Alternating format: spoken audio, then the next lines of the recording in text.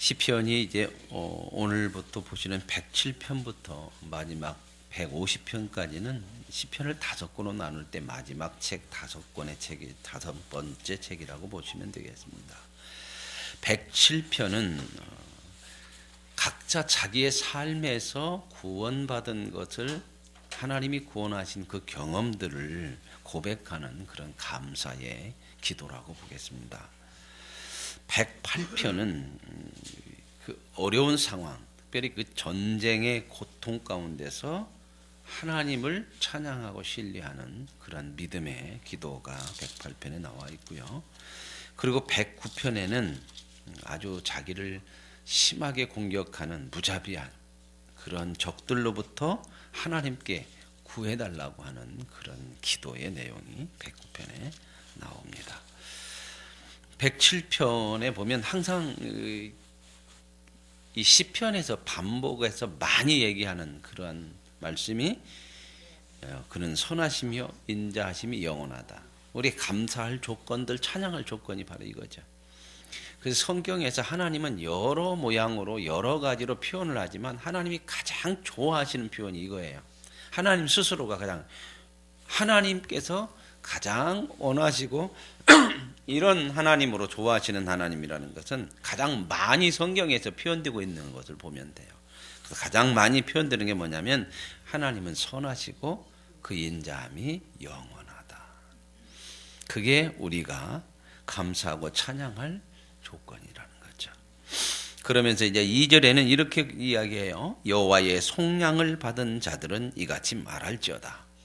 여호와의 속량을 받는 하나님의 구원을 입은 자들은 각자 자기들의 삶에서 다양한 삶이 있는데 하나님의 구원하심, 하나님의 도우심, 하나님의 은혜를 입은 자들은 각자 삶에서 이렇게 그 하나님의 은혜를 고백할 것이다. 그러면서 이제 4절부터 그 각자 자기의 자리에서 구원을 받은 사람들의 고백들이 나와요. 그래서 동서남북 각 지방에서부터 하나님이 이렇게 모으셨는데 이 사람들이 이제 고백하는 내용이죠. 4절에서 9절까지 내용은요, 상인들에 대한 그런 고백이에요. 장사하는 사람들, 이 사람들이 옛날에는 그 물건을 발로 다니려면은 그 광야를 많이 지나거든요. 사막을, 중동 지역엔 이 사막이 많아서 사막을 많이 지나가야 돼, 이 상인들이. 그래서 그러한 과정을 거치면서 하나님께서 어떻게 도우셨나 하는 그런 자기의 삶에서 하나님의 도우심을 고백하며 감사하는 내용이죠. 보세요. 4절에 그들이 광야 사막길에서 방황하며 거주할 성읍을 찾지 못하고, 그러니까 이제 광야를 지나가면서 길을 잘 모를 때에, 이 사막이라고 하는 것은 길이 금세 이렇게 있다가도 바람이 불면 모래가 싹 이렇게 저렇게 모양이 바뀌어져서 길을 찾기가 참 어려운데, 그 사막길에서 그 성읍들, 그래도 그 사막을 가다 보면 성읍들이 있거든요. 오아시스를 중심으로 울타리를 쳐놓은 사람들이 사는 그런 집을 찾고 싶은 게 얼마나 간절하겠어요. 그래서 그들이 그런 길을 찾지 못하고 줄이고 목이 말라 그들의 영혼이 안에서 피곤했다. 길도 못 찾고 목은 마르고 줄이고 이런 상황에서, 이게 참 절박한 상황이죠. 생명이 위태로운 상황에서요. 그래서 이제 그들이 어떻게 했느냐. 이에 그들이 근심 중에 여호와께 부르짖음에 그들의 고통에서 건지셨더라. 오늘 이제 반복되어지는 얘기가 6절이거든요. 이제 6절이 이해라고 하는 것은 그런 어려움이 닥칠 때에 이들이 이제 방법이 없잖아요. 그죠? 광야에서. 그래서 누구를 향할 수밖에 없다? 하나님을 향해서. 오늘 저와 여러분이 살아가면서 인생에 많은 이렇게 막힘이라든지 시련이라든지 고난이라는 것 우리 속에 참 많아요. 각자의 삶 속에서 다 다르게 나타날 수 있어요. 자기가 살아가는 삶의 경험 속에서. 그러나 그 모든 것들이 우리가 믿음을 가지고 사는 사람들에게는 그 모든 것들을 통해서 하나님을 향해 부르짖을 수 있는 우리의 마음들을 하나님께서 주신다고 하는 거죠. 그게 우리의 믿음이죠. 그래서 이들이 근심 중에 하나님 앞에 부르짖었더니 고통에서 건지셨더라. 그러면서 어떻게 건지셨냐? 하나님이 그 사막에서 길이 없어서 못 찾는데 바른 길을 인도하셨고, 그리고 그 길을 인도해서 그들이 바라던 뭘 찾았어요? 성읍을 찾게 하셨다. 쉴 곳을 찾게 하셨다고 하는 거죠. 그래서 이제 이 사람들이 이렇게 고백하는 거예요. 여호와의 인생에게 행하신 기적으로 말미암아 그를 찬송한지로다. 이게 자기 각자 삶에서 지금 그 만난 하나님을 찬양하는 거죠. 그러면서 이제 9절에 그가 이렇게 얘기해요. 그가 사모하는 영혼에게 만족을 주시며 줄인 영혼에게 좋은 것을 채워준다. 이게 지금 자기의 삶에서 고백하는 거잖아요. 사모하는 영혼은 뭘 사모했을까? 이 상인들은 광야길을 가면서 그렇죠. 길이 어디일까? 길을 잃어버렸지. 얼마나 그 마음속에 찾고자 하는 그 사모하는 마음이 있겠어요. 그죠? 줄인 영혼이라는 것은 이 성경에서는 영혼, 입술 이런 표현들은 시편에 참 그런 부분 많이 나오는데 어떤 한 신체적인 부분을 가지고 전체를 표현하는 그런 히브리식 표현이에요. 이게 영혼 그러면 속에 있는 어떤 영만 여는 것이 아니라 인간 전체. 나의 입술이 여호와를 찬양합니다. 그러면 입술만 딸딱딸딱 하나님을 찬양하는데 내 전체가 하나님을 찬양한다 그런 표현이거든요. 그래서 줄인 영혼에게 뭐에 줄였어요? 이 사람들은 물하고 먹는 거다. 광야에서 아무것도 못 먹으니까 그런 줄인 영혼에게 하나님이 채워주셨다. 이스라엘 백성들이 이 경험을 했죠. 이 경험했잖아요. 광야에서 몇 년간? 40년간. 하나님이 한 번도 그들을 발이 부러뜨거나 옷이 해지거나 신발이 떨어지게 하지 아니하시고 먹이시는. 오늘 저와 여러분의 각자의 삶에서 이런 하나님을 만나시고 이 하나님을 향하여서 우리의 고통과 우리의 시련이 있을 때마다 하나님을 향해 이에 하나님을 향할 수 있는 그런 기회, 그래서 하나님의 은혜를 받을 수 있는 그런 은혜가 있길 원합니다. 그 다음에 이제 10절 이하에 보면 16절까지는요 바벨론 포로를 겪으면서 그 포로 상황 속에서 기도하는 내용이에요. 사람이 흑암과 사망의 그늘에 앉으며 곤고와 쇠사슬에 매임은, 그렇죠. 이 표현이 남의 나라의 포로로 잡혀서 노예로서 살아가는 그런 소망 없는 삶 속에서 그 고백하는데 그 속에서 이제 뭘 깨달아요? 하나님의 말씀을 거역하며 지존자의 뜻을 멸시해서 이런 일이 왔구나. 이스라엘 백성들이 바벨론 포로 가서 그거 참 많이 깨달거든. 포로 되기 전에는 그렇게 말씀 안 들었거든요.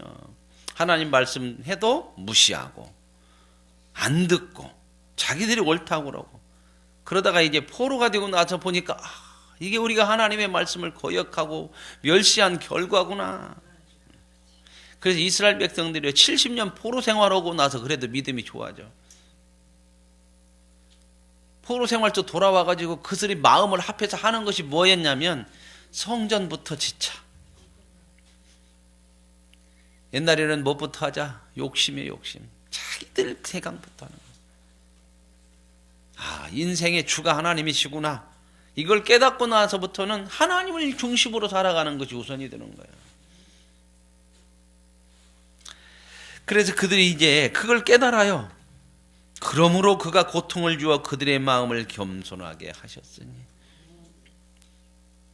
하나님이 우리가 이렇게 하나님을 무시했더니 하나님이 이런 고통을 통해서 우리의 마음을 낮추시는구나. 낮추신다고 하는 건 뭐예요? 나를 내려놓게 하는 거예요. 나를 안 내려놓으면 항상 내가 나를 높이려고 그래. 내가 나의 주인이 돼. 그러죠. 그러니까 하나님이 주님을 인정하지 않아요. 겸손하게 하셨더니 그들이 엎드러져도 돕는 자가 없었도다. 이게 하나님이 낮추셨다는 거예요.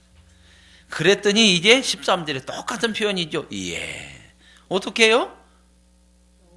하나님 앞에 기도해도 하나님 구원해 주세요. 도와주세요. 신앙은요 늘 하나님의 도움을 청하는 사람들이거든요. 이게 신앙생활이에요. 도움 없이 살아갈 수 있다고 생각하는 사람들이 이게 참 교만한 거거든. 도움 없이 살죠. 그런데 그건 하나님이 인정하는 삶이 안 된다 그 말입니다. 늘 자기중심적으로 자기 생각대로 여호와의 그래서 흑암과 사망의 그늘에서 인도하여 내시고 그러죠. 이스라엘 백성들을 바벨론의 포로에서 건져내셨잖아요. 그들의 얽어맸던 줄이 뭐예요? 노예 생활. 그걸 끊어주시고 그래서 또 고백해요. 여호와의 인자하심과 인생에 행하신 기적으로 말미암아 그를 찬송할지로다. 그러면서 이제 아까 사막을 다니는 사람들은 사막에서 줄이고 목마른 것 때문에 영혼에게 만족을 주시고 줄인 영혼에게 좋은 것을 채워준다고 그랬죠. 근데 여기서는 이제 16절에 뭐라고 이제 마지막으로 다 결론을 내 그가 논문을 깨뜨리며 쇠빗장을 꺾으셨도다. 논문이라고 하고 쇠빗장은 뭐예요? 갇혀서 나오질 못해. 철문같이 감옥의 철문을 얘기하는 거야. 하나님 그거 다 깨뜨리셨구나. 그래서 우리를 이렇게 나오게 하셨구나. 각자 상황에서 다르게 표현하잖아요. 그죠? 왜? 자기가 겪은 상황들 있잖아. 그 상황 속에서. 그 다음에 이제 17절부터는요 22절까지는 뭐냐면 하나님을 무시하는 사람들이 하나님. 그래서 미련한 자들이라고 이렇게 얘기하거든요. 하나님의 가르침이나 경고를 무시해버리는 사람들, 이걸 미련한 자들이라고 그래요. 미련한 자들은 하나님의 가르침이나 경고를 무시하니까 늘 누구의 뜻을 따라요? 그들의 길을 가. 근데 성경은 뭐라고 그러냐? 그들의 무슨 길이라고 그래요? 그들의 죄악의 길이라고 그래요. 하나님의 말씀이나 경고를 무시하고 가는 길은 자기들이 선택해서 가는 길이고 이게 옳다고 생각하고 가지만 하나님이 보시기에 뭔 길이에요? 죄악의 길이라는 거예요. 그런데도 그게 죄악의 길이라고 앙 생각하고 잘 되는 길이라고 가니까 그게 뭔 사람들이에요? 미련한 사람들이죠. 미련이라고 그런 것은 세상 지식이 없어서 멍청한 게 아니고 하나님의 말씀이나 하나님의 뜻을 무시하는 것이 미련한 거예요. 그들의 악을 범하기 때문에 고난을 받아. 보세요. 그들이 하나님의 말씀이나 하나님의 경고를 무시해서 죄악의 길을 가면 뭐냐? 그게 고난의 길이야. 그들은 그들의 모든 음식물을 싫어하게 되어 사망의 문. 그 결국 어디로 가냐? 사망의 문으로 간다는 거죠. 이건 예수님도 말씀했잖아요. 넓은 길로 가지 말고 좁은 길로 가라. 넓은 길은 그 길이 넓어서 많은 사람이 찾지만 그 끝은 뭐다? 사망에 이르느니라. 여기서 또 이런 얘기도 이런 생각을 하면 우리는 그럼 맨날 고생하며 찔찔이 그렇게 사냐? 그 얘기가 아니고 어떠한 삶의 자리서든지 하나님의 뜻을 구하며 그 뜻을 따르는 쪽으로 가라 그 말입니다. 그가 그의 말씀을 보내요.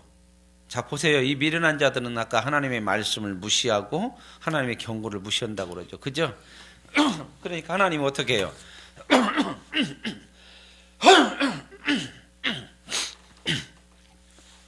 어떻게 했대요? 그들이 부르짖었어. 하나님 앞에 또 도와주세요. 하나님 그랬죠? 그랬더니 뭘 보냈대요?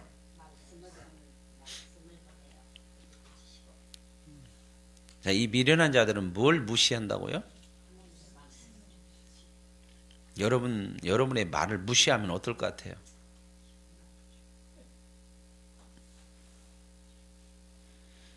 우리는 한두 번 말 무시해버리면 나도 무시해버리잖아. 그죠?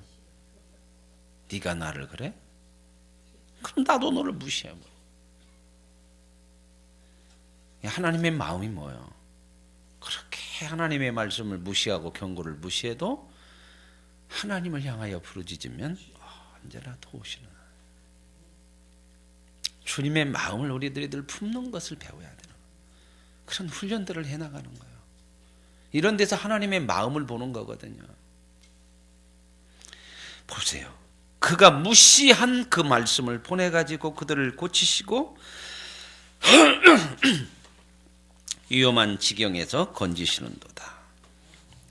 사람은 저 사람이 나를 무시하면 나도 나오는 게 뭘로 나가요? 어떤 말에 나가?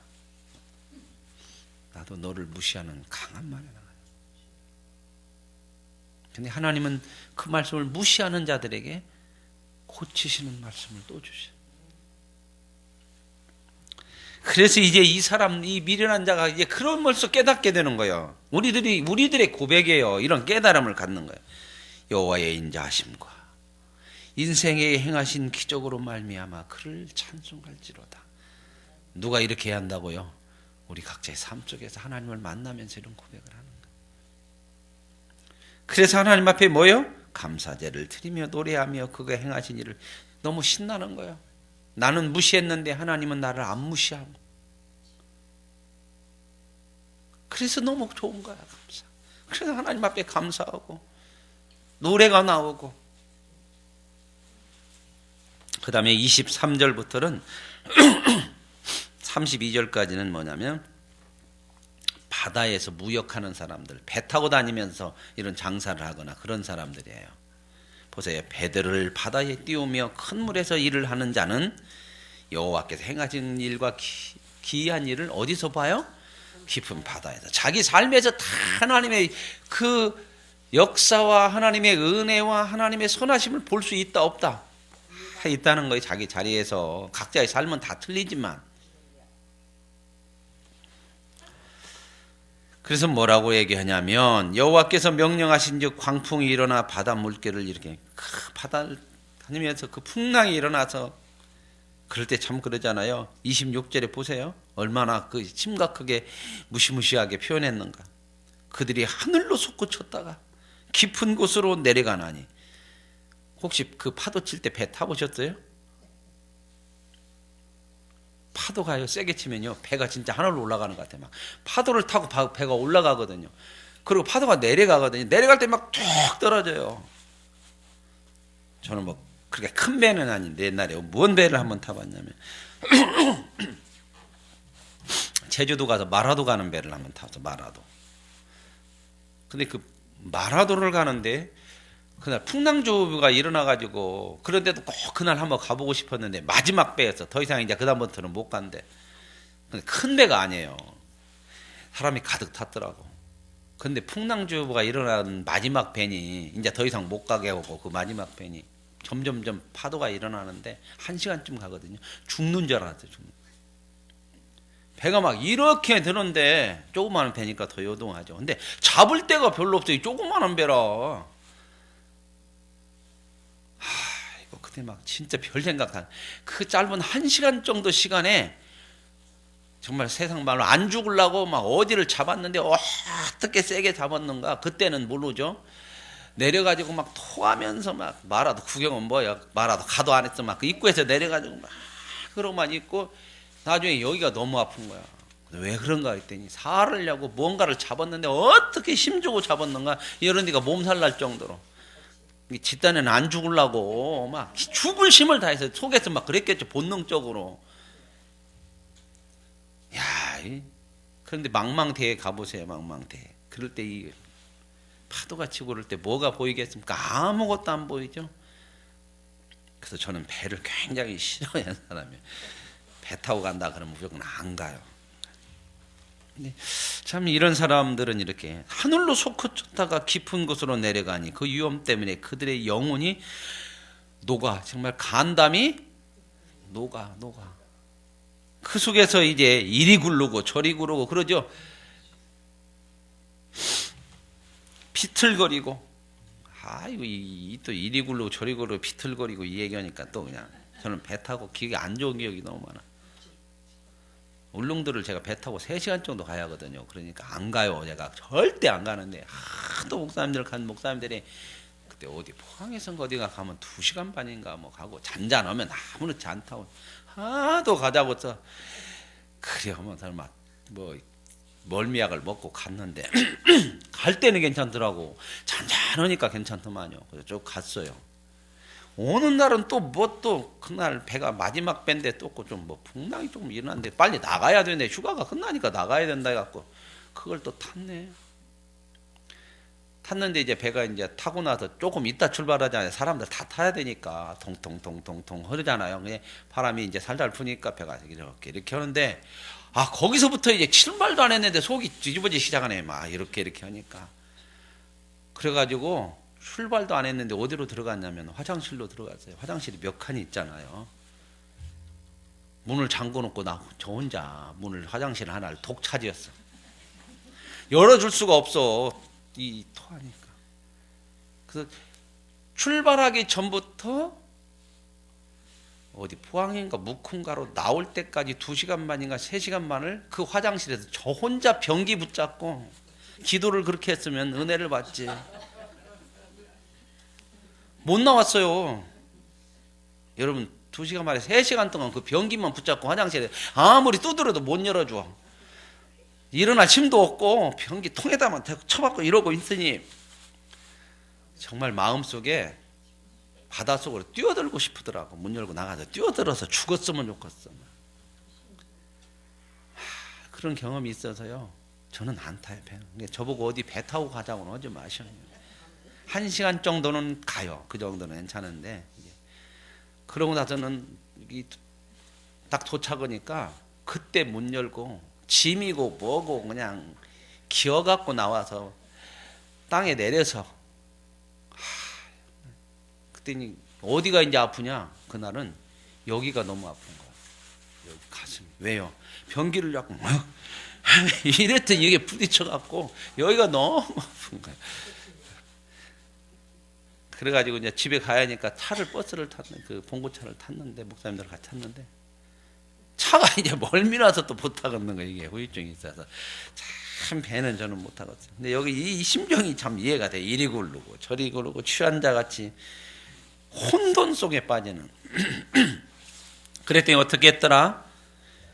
이게 그들의 고통 때문에 여호와께 부르짖음에 그가 그들의 고통에서 그들을 인도하여 내시고 또 똑같은 얘기잖아요. 하나님을 향하잖아요. 그랬더니 하나님이 고요하게 물결도 잔잔하게. 그래서 어떻게 했다? 평온해졌다.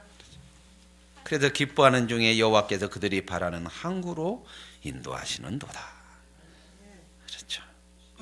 그래서 또 그들을 고백해요. 여호와께서 베푸신 인생에게 베푸신 기적을 하나님을 찬양하자. 백성의 모임에서 그를 높이며 장로도로 자리에서 그를 찬송하리로다. 그러면서 이제 그들이 항구로 왔으니 못 올 것 같고 죽을 것 같았는데 그 모임 속에서 하나님이 이렇게 했습니다. 제가 말씀드리는 것처럼. 그때 죽었으면 제가 여기서 이렇게 했으니까 하나님이 그래도 기어서라도 나오게 하셔서. 그래서 이제 33절에 이런 전체적인 각자의 삶에서 만난 하나님을 고백하면서 생사화복의 모든 것이 하나님께 있다 하는 것을 이렇게 얘기해요. 33절부터 보면 강이 변하여 광야가 되고 샘이 변하여 마른 땅이 되겠죠. 이게 좋은 것도 나쁘게 만들 수 있고 그러죠. 옥토가 염전이 되게 하고, 그러나 35절부터는 또 거꾸로 광야를 못이 되게 하고 마른 땅을 샘물이 되게 하고 줄인 자를, 이게 생과 사가 누구 손에 있다?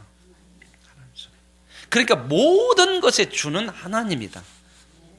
고통과 환난 속에서도 하나님이 계시고 우리의 즐거움과 찬양 속에도 하나님이 계시고, 그러니 우리의 중심은 어느 상황 어떤 때든지 하나님의 주디심을 인정하며 그분을 구하고 그분을 따르고, 이제 이런 상황들을 얘기하는 내용들이거든요. 그러면서 이제 42절에 정직한 자는 보고 기뻐하며 지혜 있는 자들은 이걸 지켜보고 여호와 인자하심을 깨달으라. 이제 이게 고백이거든요. 정직한 자와 지혜 있는 자가 뭐예요? 하나님이 모든 것의 주되심을 알고 믿고 그를 따르는 것. 이제 108편은 전쟁이란 어떤 고통 속에서 하나님의 그 구원하심을 찬양하는 내용들이거든요. 그래서 1절에 이런 내용을, 내 마음을 정했대요. 뭐 하기로 정하냐? 하나님을 찬양하기로 정하는데, 왜요? 하나님은 인자하시고 하나님은 선하시기 때문에 어떠한 전쟁과 같은 그런 상황 속에서도 하나님은 우리를 도우신다. 그래서 12절, 우리를 도와 대적을 치게 하소서. 사람의 구원은 헛되고 누구에게만, 하나님에게만 진정한 구원이 있습니다. 그런 고백을 하고, 109편에는 참 어려운 적들, 여기 보세요. 얼마나 어려운 적들이냐면 4절, 나는 사랑하나 그들은 도리어 나를 대적하니. 사랑을 베푸르면 좀 이렇게 사랑으로 와줘야 되는데 그걸 가지고 그냥 대적을 하고 이렇게 하면 어떻게 되겠어요? 그래서 어떻게 할 수가 없어서 뭐 됐대요? 기도할 뿐이라. 그렇죠? 그들이 악으로 나의 선을 갚으며 내가 선을 베푸려면 악을 갚아요. 사랑으로 하면 미워함으로 돌아온다. 이런 상황을 만날 때에 이는 뭐 했더냐? 기도했어요. 근데 기도가 무시무시해. 이런 기도 한번 들어보실래요? 자, 보세요. 이거 참 무서운 기도를 해요. 그가 심판받을 때에 죄인이 되어 나오게 하시고 그의 기도하는 것도 다 죄로 가게 해주십시오. 무섭죠? 그의 연수를 짧게 하시고 뭔 말이요? 일찍 죽게 해주세요. 그가 가지고 있는 것은 다 다른 사람이 다 뺏어가게 해주시고요. 얼마나 무서운지 보세요. 그의 자녀는 고아가 되게 해주세요. 이런 기도 여러분 해보셨어요? 무섭지 않아요? 저놈의 자식들 다 고아가 되게. 이건 하나님 앞에서밖에는 할 수 없는 기도예요. 사람에게는 이렇게 하면 안 돼요. 그 아내는 어떻게 해요? 과부 되게. 여러분 이게 놀랍지 않아요? 기도가 이런 기도가 있다는 게 너무 놀랍지 않냐고요. 뭘 봐요? 하나님의 어떤 기도든 들으셔요.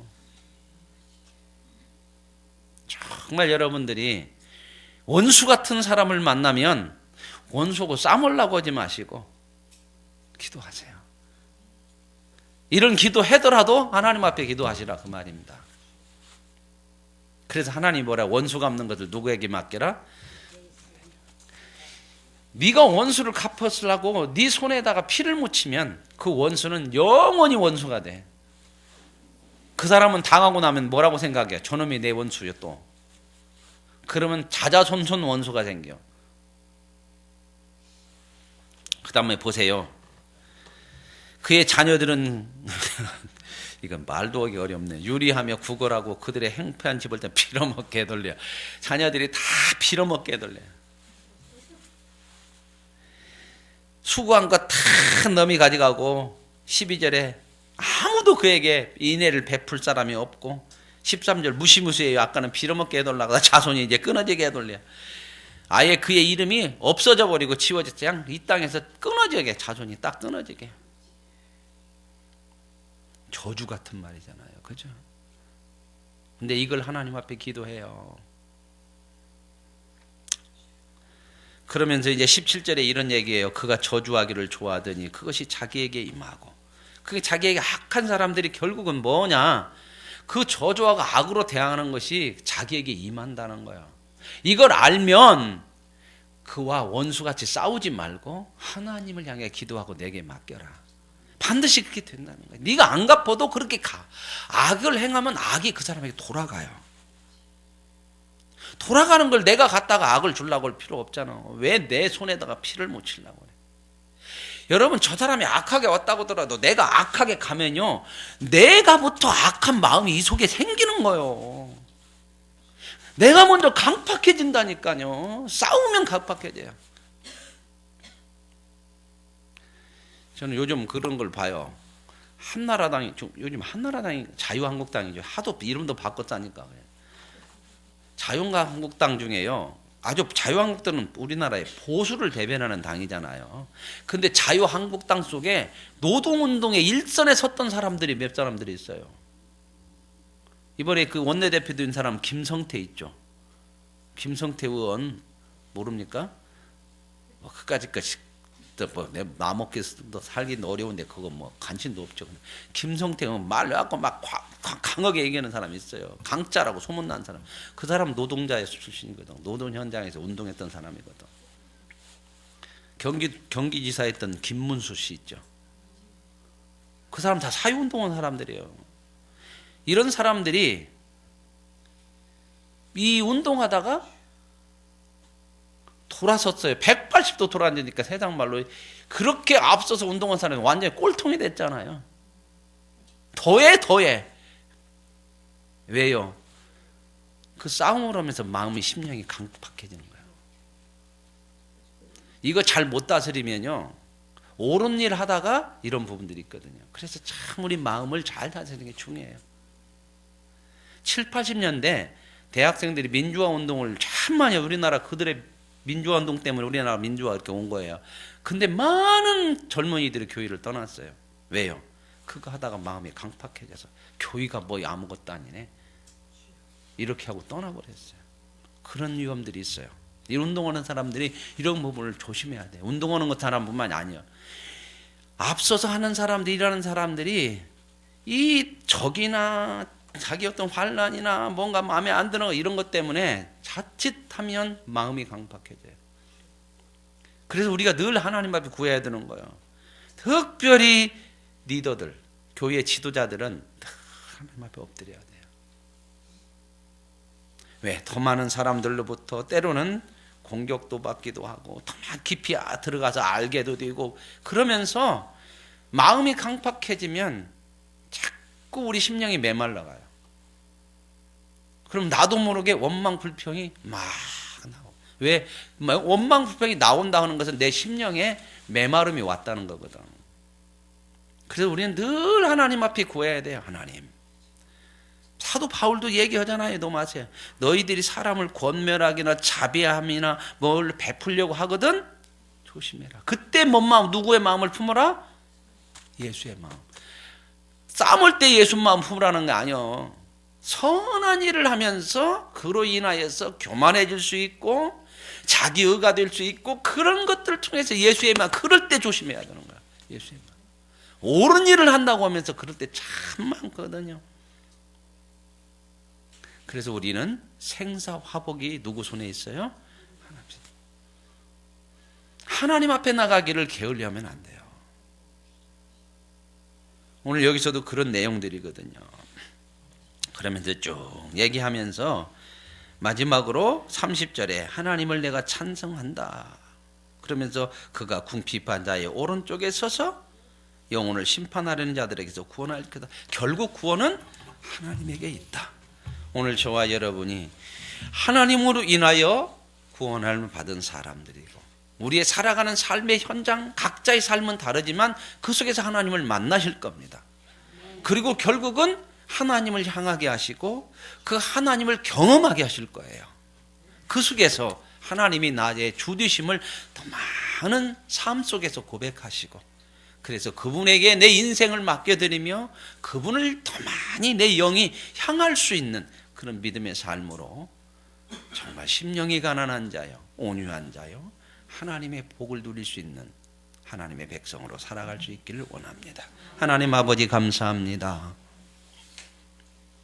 우리를 향하신 하나님의 선하심과 인자하심이 영원함을 고백하며 우리가 살아가는 각자의 삶의 자리에서 기쁨이든 고통이든 즐거움이든 환난이든 모든 것이 주를 향할 수 있는 믿음이 되게 하여 주옵소서. 예수님의 이름으로 기도합니다. 아멘. 하늘에 계신 우리 아버지, 아버지의 이름을 거룩하게 하시며 아버지의 나라가 오게 하시며 아버지의 뜻이 하늘에서와 같이 땅에서도 이루어지게 하소서. 오늘 우리에게 일용할 양식을 주시고